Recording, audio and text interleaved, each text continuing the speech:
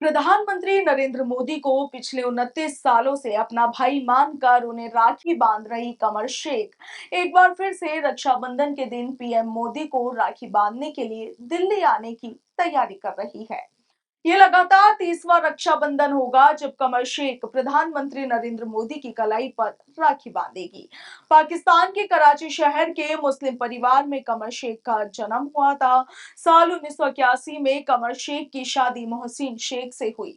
तब से वह भारत में आकर बस गई। कमर शेख साल 1990 यानी कि पिछले 35 सालों से पीएम मोदी के संपर्क में है। पीएम मोदी को वो अपना भाई और पीएम मोदी उन्हें अपनी बहन मानते हैं। रक्षाबंधन के त्योहार को ध्यान में रखकर कमर शेख प्रधानमंत्री नरेंद्र मोदी के लिए खुद अपने हाथों से ही राखी बनाती है और पीएम मोदी अपनी कलाई पर कमर शेख से राखी बंधवाते हैं। हर साल की तरह इस बार भी कमर शेख ने पीएम मोदी के लिए 8 से 10 राखियां बनाई है। कमर शेख का कहना है कि वे अपने भाई के लिए राखी बाजार से नहीं खरीदती बल्कि खुद अपने हाथों से हर साल रक्षाबंधन के पहले कई तरह की राखियां बनाती है और अंत में उन्हें जो सबसे ज्यादा पसंद आती है वो वही राखी उनके भाई की कलाई में बांधती आई है।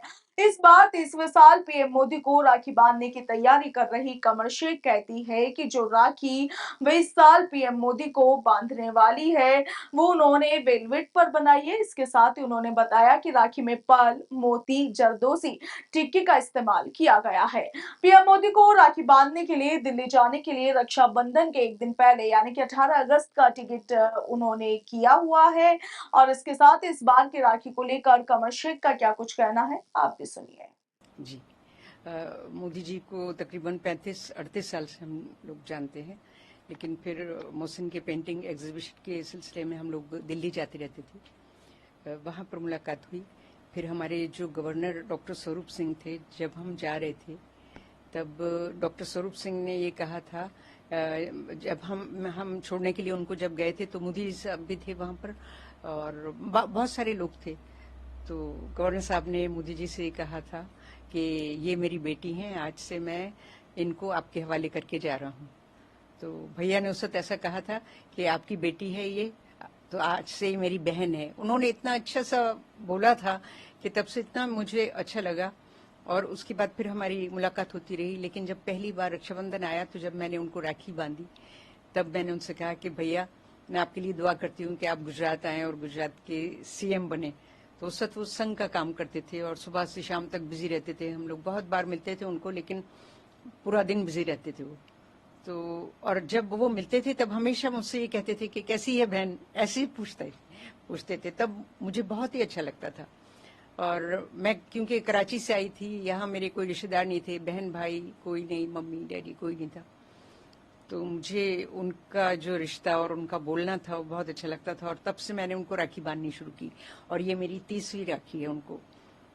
तो जब वो दिल्ली रहते थे तब पीएम नहीं बने थे, तब तो पूरे हिंदुस्तान में घूमते रहते थे। फिर सीएम बने तब गुजरात जब से आए तब मैं उनको रेगुलर राखी बांधती थी।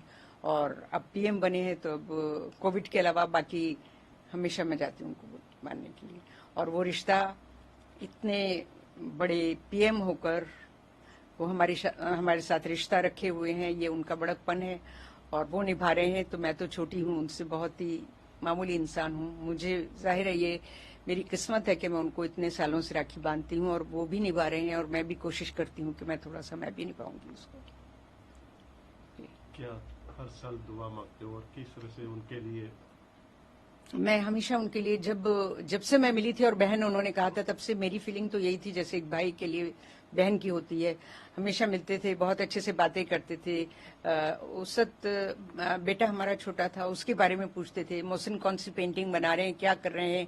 मोहसिन आज जो पेंटिंग की दुनिया में इतना नाम है उनका, वो इसी वजह से है कि मोदी जी उस वक्त से मोहसिन के जो पेंटिंग थे उसके बहुत चाहक भी थे और वो बताते भी थे। करंट टॉपिक को लेकर मोहसिन काफी पेंटिंग बनाते थे। जैसे अगर आपने देखा हो तो पोखरण ब्लास्ट का जो 96 या 98 में जो पेंटिंग बनाया था, अटल जी को दिया था, वो भी मोदी जी की वजह से हम लोग वहां तक पहुंचे थे और वो बनवाया था उन्होंने और हमने उनको दिया था। फिर कारगिल वॉर पर बनाए, टेररिज्म के ऊपर बनाए और बहुत सारे पेंटिंग बनाए।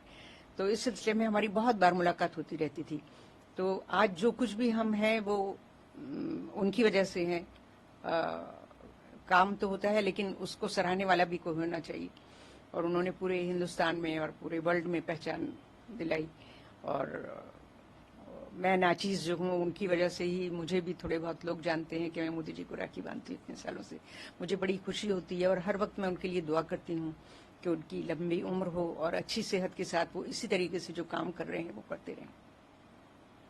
इस बार क्या दुआ मांगी आपने और किस तरह से उनको राखी बांधोगे? इस बार मैंने पहली दुआ तो वहाँ मैं जब अभी 2 महीने पहले मक्का मदीना गई थी, तब इत्तेफाक से उनका फोन आया था। इत्तेफाक से कभी कभी खैरियत पूछते हैं फोन करके, तो मेरे जाने से पहले फोन आया उनका, तो हम लोग तो सो गए थे, लेकिन जैसे ही फोन आया और फिर वो पता लगा कि उनका फोन है, तो मैं तो एकदम उठकर बैठ गई।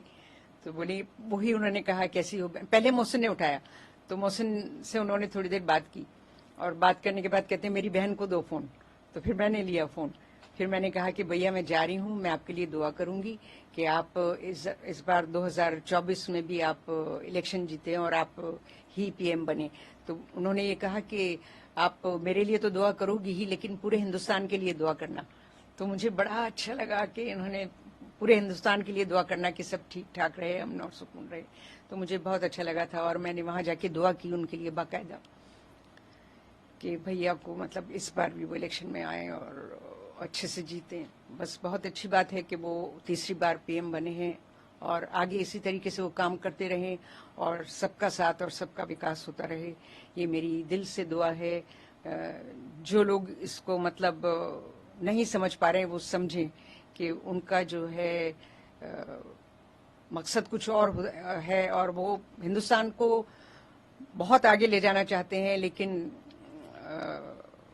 जिस तरह उनको कोशिश करते हैं इसी तरीके से करते रहें और हम सब उनके साथ रहकर उनको सराहते रहें और इस तरीके से चाहते रहें सब।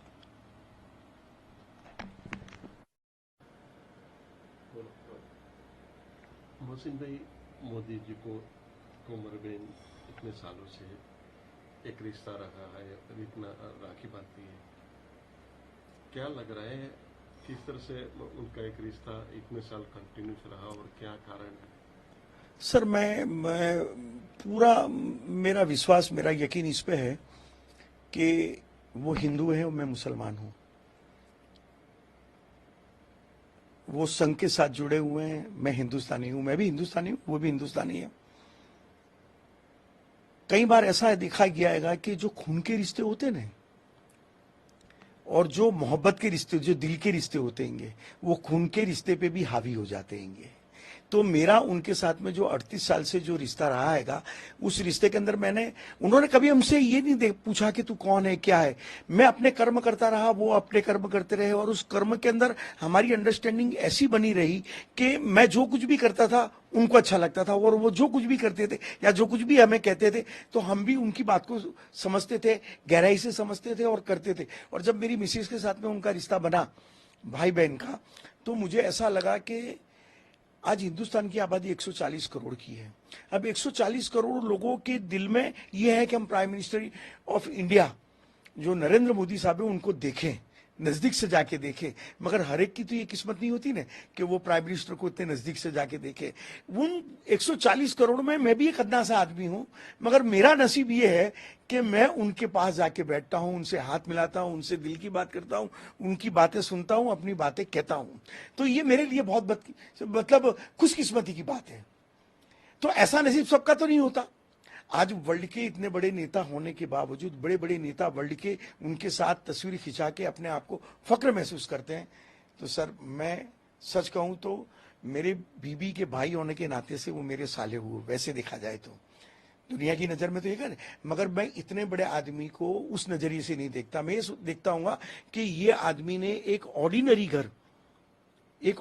घर में पैदा होकर के आज पूरे विश्व में उन्होंने हिंदुस्तान का नाम रोशन किया है। अपना तो किया ही है, उसके साथ साथ पूरे हिंदुस्तान में उन्होंने दुनिया का नाम रोशन किया है। और ऐसा आदमी के साथ मेरा जुड़ना बाय हार्ट, पॉलिटिकल नहीं, इकोनॉमिकल नहीं, किसी चीज से हमारा लगाव नहीं है, सिर्फ हमारा उनके साथ में दिल का रिश्ता है। और मैं चाहता हूं कि जब तक मैं मरूं, वो आज बड़ा प्रधान है, मैं ये चाहता हूं कि वो जब तक जिए, जितना भी जिए, अल्लाह ने उनकी जितनी उम्र लिखी है वो पूरी तंदुरुस्ती के साथ हो, अच्छी हो, सेहतमंद हो, और वो अपने जो मकसद को लेकर के हिंदुस्तान को आगे ले जाने का टारगेट लेकर के चलते हैं उसमें वो कामयाबी करते रहें। बस यही मेरी दुआ है अल्लाह से।